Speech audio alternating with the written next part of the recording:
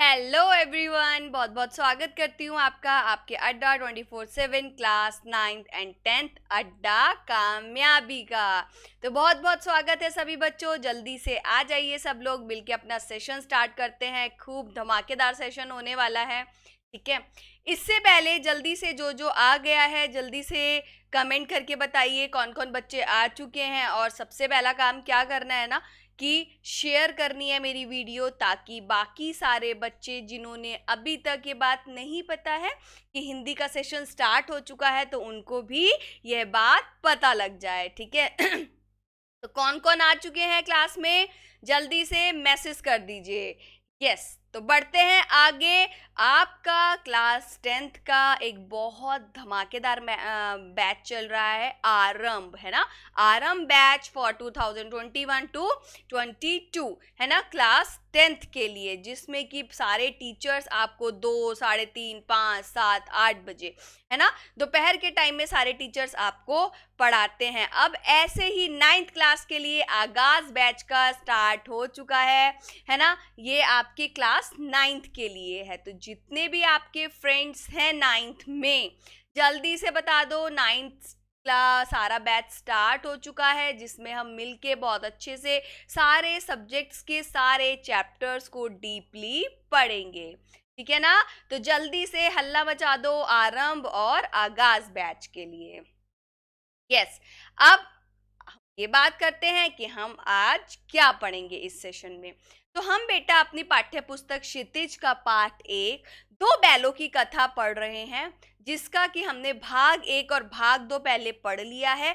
आज की क्लास में हम भाग 3 पढ़ने वाले हैं, ठीक है, जिसको जो कि क्या है, हिंदी साहित्य की एक विधा जो है, कहानी वह है, ठीक है, और जिसको मुंशी प्रेमचंद्र जी द्वारा लिखा हुआ है। मुंशी प्रेमचंद्र जी के बारे में अगर आपको डिटेल में जानना है तो आप इसका भाग 1 देखिए, उसमें आपको सारा का सारा मुंशी प्रेमचंद्र जी के बारे में पता लग जाएगा। अब बात रही कि मैं कौन हूं, तो yes, I am your educator Vishakha Saxena, ठीक है। मैंने डीएड किया है, बीएड किया है, मुझे 3 ईयर का एक्सपीरियंस है इन ऑनलाइन टीचिंग, है ना। एंड ओवरऑल मुझे कम से कम 10 साल का एक्सपीरियंस है टीचिंग में, और ऑनलाइन टीचिंग में मैं पिछले 3 वर्ष से अपनी सेवाएं दे रही हूँ। और मैंने मेंटर किया है बहुत सारे स्टूडेंट्स को एज अ हिंदी टीचर, ठीक है ना। तो चलिए आ जाइए सब लोग मेरे साथ मिलकर हिंदी पढ़िए और हिंदी में बहुत अच्छा स्कोर करिए। बेटा हिंदी में जब तक आपके मार्क्स, या हिंदी में आपके जब तक मार्क्स अच्छे नहीं होंगे ना, तो आपकी ओवरऑल परसेंटेज कभी नहीं बढ़ सकती, ठीक है। 9th एक ऐसी क्लास होती है जिसमें आपको 10th के लिए भी प्रिपेयर होना पड़ता है, ठीक है। तो अभी से आदत डालिए अच्छी अच्छी चीज़ें पढ़ने की, सारे सब्जेक्ट्स को पढ़ने की, ताकि जो है आगे 10th में जाके जब आप बोर्ड एग्जाम्स देंगे तो आपको बिल्कुल भी तकलीफ नहीं होगी, क्योंकि आपकी आदत होगी सारे सब्जेक्ट्स को टाइम देने की और सारे सब्जेक्ट्स को पढ़ने की। यस, तो let's put our thinking caps on, है ना। तो इसमें मैं क्या करती हूँ, इसमें मैं आपसे प्रश्न पूछती हूँ, ठीक है ना। तो सबसे पहले बताओ बैलों के क्या नाम है। यस, कमेंट करिए जल्दी। बैलों के नाम है हीरा और मोती, राइट। यस, अब मुझे एक बात ये बताइए कि हीरा मोती को कौन ले गया था। यस, हीरा मोती को गया ले गया था। हीरा मोती से कौन सबसे अधिक चिढ़ता था। यस, हीरा मोती से सबसे ज्यादा झूरी की पत्नी चिढ़ती थी, ठीक है ना। तो यानी हमको पता लग गया कि आपने पिछला भाग 1 और भाग 2 बहुत अच्छे से देखा है, तो इसलिए आपको ये भी बहुत अच्छे से समझ आ गया है, ठीक है ना। अब आगे बढ़ते हैं हम आज के सेशन की तरफ। तो दो बैलों की कथा, जैसे कि आपको पता है, मुंशी प्रेमचंद्र जी द्वारा लिखी हुई है। उन्होंने इस कथा में यह बताया, इस कहानी में यह बताया कि स्वतंत्रता किसी के लिए बहुत मायने रखती है। चाहे हम इंसान हो चाहे जानवर हो, स्वतंत्रता सबके लिए एक बहुत महत्वपूर्ण चीज है ना। तो अब इसमें दो जो बैल है हीरा और मोती, वह स्वतंत्रता पाने के लिए क्या क्या प्रयास करते हैं उसी के बारे में बताया हुआ है। और इस कहानी के माध्यम से मुंशी प्रेमचंद्र चंद्र जी ने तब के जीवन को प्रभावित किया है, लोगों में एक आस जगाई है कि हमें हमारे साथ गलत होता हुआ नहीं सहना है। कुछ अच्छा है, अच्छे से सही है, लेकिन अगर आपके साथ कुछ गलत हो रहा है तो हमें उसके लिए आगे कदम उठाने चाहिए। और यह कहानी दो बैलों के बीच बहुत अच्छा आत्मीय भाव और परस्पर संबंध को दर्शाती है। स्टार्ट करते हैं। अब तक हमने क्या पढ़ा था? अब तक हमने क्या पढ़ा था कि वह गया जो है उसको ले गया है, बैलों को ले गया है, वहां वो बहुत अधिक परेशान है। बस वहां एक छोटी सी लड़की है जो उन्हें 2 रोटी दे देती है, जिससे कि उन्हें लगाव हो गया है। अब आगे बढ़ते हैं। एक दिन मोती ने मूक भाषा में कहा, अब तो नहीं सहा जाता हीरा, क्या करना चाहिए बताओ? एक आध को सींग पर उठाकर फेंक दूंगा कि भाई मुझे तो इतना गुस्सा आ रहा है, मैं एक आध इंसान को फटाकर फेंक दूंगा, लेकिन जानते हो ये प्यारी लड़की जो हमें रोटी खिलाती है उसी की लड़की है जो इस घर का मालिक है, वह बेचारी अनाथ हो जाएगी। तो हीरा ने उसे समझाया कि अगर तुम उठा के सबको फेंक देना चाहते हो तो अगर तुम फेंक दोगे तो वो लड़की तो अनाथ हो जाएगी, है ना? तो उसने बोला मालकिन को फेंक दूं, वह तो इस लड़की को मारती है। तो हीरा क्या बोलता है, क्योंकि हीरा समझदार है ना, और जो मोती है वह थोड़ा लड़कपन में रहता है, तो बोलता है लेकिन औरत जात पे तो सींग नहीं चलाना है ना, तुम भूल जाते हो। यानी यहाँ पर प्रेमचंद्र जी ने यह बताने का प्रयास किया है कि देखो जानवर लोग भी औरत का कितना सम्मान करते हैं, स्त्रियों का कितना सम्मान करते हैं, यानी हम सबको भी स्त्रियों का बहुत सम्मान करना चाहिए। तुम तो किसी तरह निकलने ही नहीं देते हो, बताओ तुड़ाकर भाग चलें? तो मोती परेशान होकर बोला, भाई तुम तो कुछ नहीं करने देते, तुम तो किसी बात में भी राजी नहीं हो, बताओ क्या तोड़कर भाग चलें? हाँ मैं स्वीकार करता हूं, लेकिन इतनी मोटी रस्सी टूटेगी कैसे? तो हीरा बोला कि इतनी मोटी रस्सी कैसे टूटेगी? मोती बोलता है इसका एक उपाय है, पहले रस्सी को थोड़ा चबा लो, है ना? जब हम रस्सी को चबा लेंगे फिर एक झटके में टूट जाएगी, ठीक, क्योंकि रस्सी कच्ची हो जाएगी। रात को जब बालिका रोटी खिलाकर चली गई तो रोज दोनों रस्सियां चबाने लगे, पर मोटी रस्सी मुंह में ना आती, बेचारे बार बार जोर लगाकर कर रह जाते थे। सहसा घर का द्वार खुला और वह लड़की निकली। दोनों ने सर झुकाकर उसका हाथ चाटने लगे, दोनों की पूंछ खड़ी हो गई, है ना? ऐसे ही होता है ना, जानवर अपना ऐसे ही प्यार प्रदर्शित करते हैं, तो वह दोनों उस लड़की से ऐसे ही अपना प्यार दिखा रहे थे। उसने उनके माथे से लाए और बोली खोल देती हूँ, चुप से भाग जाओ नहीं तो ये लोग मार डालेंगे। तो वो लड़की बोली कि मैं तुम्हें खोल देती हूँ। लड़की समझ गई थी कि भागने के प्रयास में है, तुम भाग जाओ। उसने बताया आज घर में सलाह हो रही है कि इनकी नाकों में नथ डाल दी जाए, है ना? उसने गिराव खोल दिया। तो लड़की ने क्या करा, जो उसके गले में बंधा हुआ था वो खोल दिया, पर दोनों चुप खड़े रहे। मोती ने अपनी भाषा में पूछा अब चलते क्यों नहीं? हीरा ने कहा चलें तो, लेकिन कल इस अनाथ पर आफत आ जाएगी, सब इसी पे संदेह करेंगे, है ना, सब उसी लड़की पे शक करेंगे कि उस लड़की ने क्या किया था, उसका खूंटा खोल दिया था। सहसा बालिका चिल्लाई दोनों फूफा वाले भैग भाले भागे जा रहे हैं, यानी लड़की ने अपने ऊपर भी चीजें नहीं ली। फूफा वाले बैल क्यों कहा? क्योंकि वह उसके फूफा के घर से आए थे, कि फूफा वाले बैल जो है वह भागे जा रहे हैं। ओ दादा दोनों बैल भागे जा रहे हैं, मतलब बुलाने लगी, दोनों बैल भागे जा रहे हैं, जल्दी दौड़ो। गया हड़बड़ाकर भीतर से निकला और बैलों को पकड़ने चला। वे दोनों भागे, गया ने पीछे किया और भी तेज हुए, है ना, यानी जब गया पीछा कर रहा था उनका तो वे और तेज भागने लगे। गया ने शोर मचाया, फिर गांव के कुछ आदमियों को भी साथ लेने के लिए लौटा। दोनों मित्रों को भागने का मौका मिल गया, यानी गया ने शोर मचाया, फिर उसने सोचा मैं अकेले तो नहीं पकड़, मतलब इन लोगों को पकड़ पाऊंगा, मैं क्या करता हूँ कि अपने साथियों को बुला के लाता हूँ। तो जब वे अपने साथियों को बुलाने के लिए आया तब तक जो है वह दोनों और तेजी में भागने लगे, सीधे दौड़ते चले, यहाँ तक कि मार्ग का ज्ञान ना रहा। जिस परिचित मार्ग से आए थे उसका यहाँ पता ना था। अब इतनी तेज भागे, इतनी जोर से भागे कि वे मार्ग भटक गए, रास्ता भूल गए। नए नए गांव मिलने लगे। तब तक दोनों एक खेत के किनारे खड़े होकर सोचने लगे अब क्या करना चाहिए, है ना? कि अब तो वो रास्ता भटक गए थे, जो रास्ता था वह तो इतनी जल्दी में पार हो गया कि उन्हें समझ भी नहीं आया। अब वह एक जगह खड़े होकर सोचने लगे अब हमें करना क्या चाहिए। हीरा ने कहा मुझे मालूम होता है राह भूल गए, कि मुझे लग रहा है कि हम तो राह मतलब रास्ता भूल गए हैं। तुम भी बेतहाशा भागे, वहीं उसे मार गिराना था कि हम बेफालतू में मारे भागे ऐसे ना, हम अगर वो हमारे पीछे आ रहा था तो क्या हम उसको मार डालते, उसे मार गिराते तो दुनिया क्या कहती, वह अपने धर्म छोड़ दे, लेकिन हमें अपना धर्म क्यों छोड़े।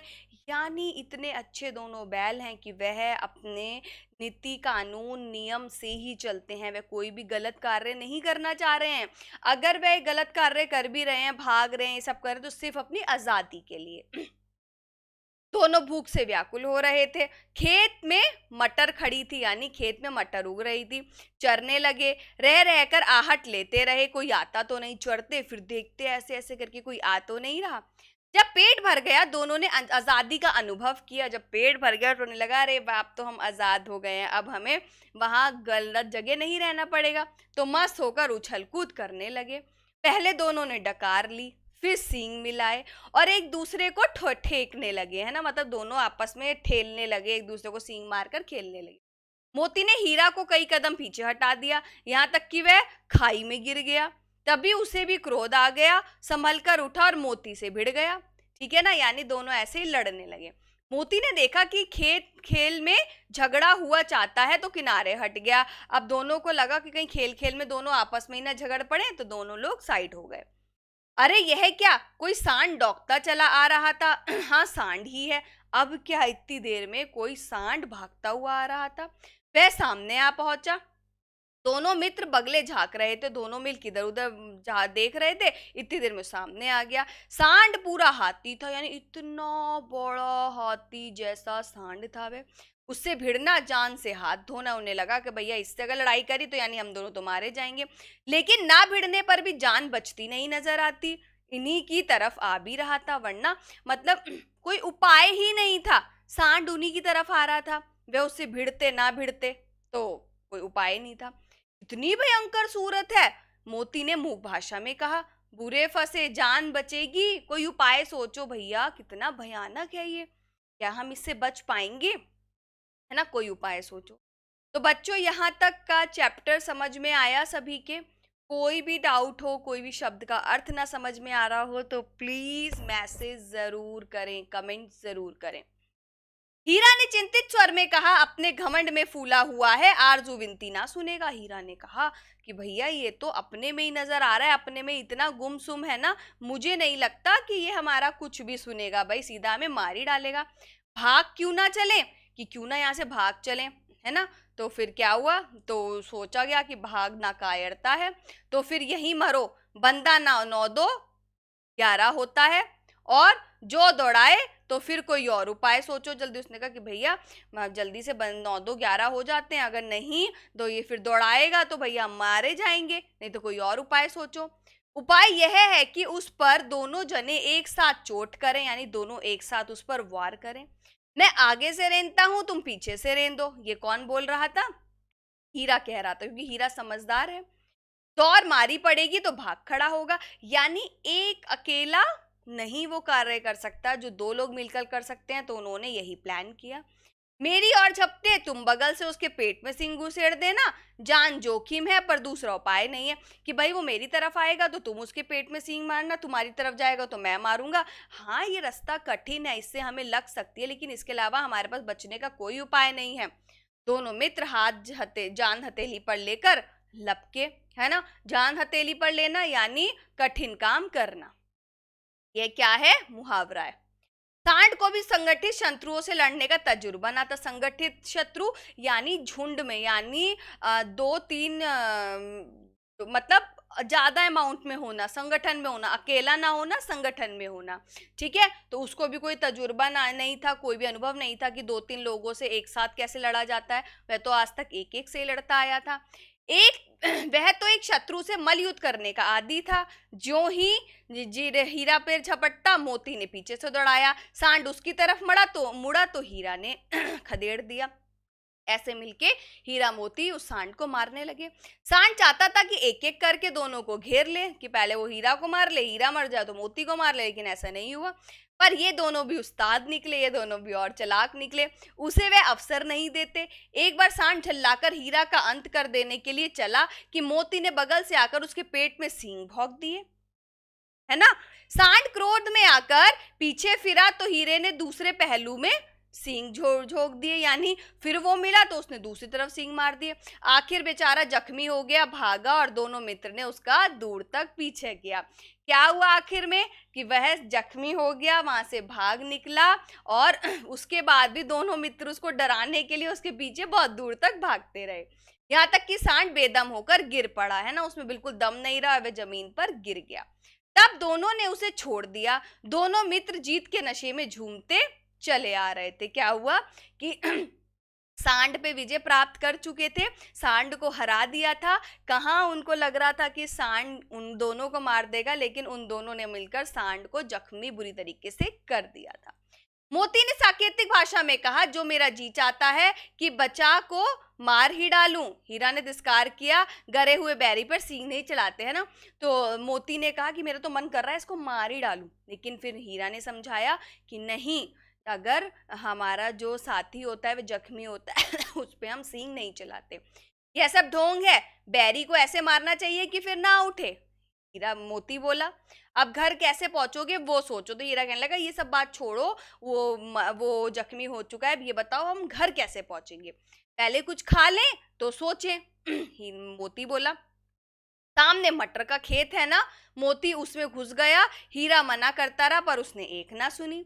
अभी 2 ही 4 ग्रास खाए थे, यानी 2 ही 4 घास को खाया था उसने कि आदमी लाठियां लेकर दौड़ पड़े। अरे, एक मुसीबत गई कि सांड वाली दूसरी आ गई। दोनों मित्रों को घेर लिया। हीरा तो मेड़ पर था। मेड़ क्या होती है बेटा? मेड़ होती है कच्ची दीवार, ठीक है, जो कि कहाँ बना दी जाती है? खेत के किनारे में, है ना। और मोती सींचे हुए खेत में था। तो हीरा तो मतलब बिल्कुल किनारे में ही था, लेकिन मोती जो था वो बिल्कुल खेत के अंदर था। उसके खुर कीचड़ में धंसने लगे, उसके जो खुर पैर थे वो कीचड़ में धंस रहे थे। भाई खेत में तो पानी होता है ना। भाग सका, पकड़ लिया। हीरा ने देखा सगी संगति में है तो लौट पड़ा, फंसेंगे तो दोनों फंसेंगे। यानी हीरा चाहता तो वहां से भाग सकता था, लेकिन जैसे उसने देखा कि मोती जो है संकट में है, वह भी उसकी तरफ आ गया, है ना, कि फंसेंगे तो भाई दोनों ही फंसेंगे, एक नहीं। रखवालों ने उसे भी पकड़ लिया। प्रातःकाल दोनों मित्र कांजी हाउस में बंद कर दिए गए, है ना। कांजी हाउस क्या होता है? एक ऐसी जगह जहां पर पशु पक्षियों को रखा जाता है। यानी हम कह सकते हैं कांजी हाउस क्या होता है? पशुओं की जेल, है ना, एक तरीके की पशुओं की जेल होती है। ठीक। दोनों मित्र को जीवन में पहली बार ऐसी सबक पड़ा था कि कुछ गलती करने का जो है उन पर इतना बड़ा उनको सबक मिला था। सारा दिन बीत गया, खाने को एक तिनका भी ना मिला वहां पर। मतलब कांजी हाउस में जेल में बंद कर दिया गया, लेकिन खाने को कुछ भी नहीं मिला। समझ में ना आता था ये कैसा स्वामी है, कैसा स्वामी, यानी जो भी लेकर आया है हमें, ये कैसा इंसान है। इससे तो गया फिर भी अच्छा था, अब वो गलत आदमी मिला तो उन्हें अब गया अच्छा लगने लगा, है ना। यहाँ वहां पर कई भैंसें भी थी, कई बकरियां थी, कई घोड़े थे, कई गधे थे, पर किसी के सामने चारा ना था, सब जमीन पर मुर्दे पड़े थे। यानी वहां पर उन दोनों के अलावा बहुत सारे लोग थे, बहुत सारे पशु थे, बकरी भी थी, भैंस भी थी, गाय भी थे, घोड़े भी थे, लेकिन किसी को भी खाना नहीं मिला था। सब लोग मुर्दों की तरह पड़े हुए थे। ठीक है, तो यही खत्म होता है इसका भाग 2। बताइए समझ में आया? कोई परेशानी तो नहीं है? अगर कोई भी परेशानी है तो प्लीज जल्दी से कमेंट करके मेरे से पूछ लीजिए, ठीक है। आप हमारे टेलीग्राम चैनल से जुड़ सकते हैं, वीडियो के डिस्क्रिप्शन बॉक्स में लिंक प्रोवाइड किया गया है, उस लिंक को क्लिक करके आप हमारे टेलीग्राम चैनल से डायरेक्ट ज्वाइन कर सकते हैं, ठीक है। तो आज हमने क्या पढ़ा कि वे गया के घर से भाग जाते हैं, है ना। वो लड़की उन्हें खोल देती है, गया उन्हें नहीं पकड़ पाता, आगे जाते हैं। पहले वे मटर के खेत में कुछ खाना खाते हैं, मटर खाते हैं। इतने में सांड आ जाता है, दोनों मिलकर सांड से लड़ते हैं, सांड को हरा देते हैं। उसके बाद फिर उन्हें भूख लगती है, क्योंकि उन्हें अपना मार्ग भी ढूंढना होता है। तो उन्होंने सोचा पहले खाना खा लें फिर अपने घर की तरफ बढ़ेंगे। फिर मटर की खेत में घुसते हैं, मोती अंदर होता है, हीरा बाहर ही खड़ा होता है। इतने में कुछ लोग आते हैं और मोती को पकड़ लेते हैं लाठियां लेके। हीरा भी वापस आ जाता है, वो सोचता है कि फंसेंगे तो दोनों फंसेंगे, एक साथ ही रहेंगे। और उन्हें लाकर वह लोग कांजी हाउस में बंद कर देते हैं। कांजी हाउस क्या होता है? एक पशुओं की जेल होती है। जब वे वहां पर आके बंद हो जाते हैं तो उन्हें गया अच्छा लगता है। क्यों? क्योंकि उन्हें खाने को कुछ भी नहीं मिला था, पूरा एक दिन बीत चुका था। वहां पर पहले से ही कई सारी भैंस, घोड़े, बकरी, गधे सब थे और सब के सब खाली पेट थे, किसी के सामने कोई चारा नहीं था और सब लोग वहां पर मुर्दों की तरह पड़े होते हैं। तो हमने आज ये पढ़ा, इतनी कहानी पढ़ी। ये कहानी भाग 3 है। अगर आपको भाग 2 और भाग 1 देखना है तो आप पहले वाली वीडियोस में देख सकते हैं। सेशन कैसा लगा ज़रूर बताना है। Thank you.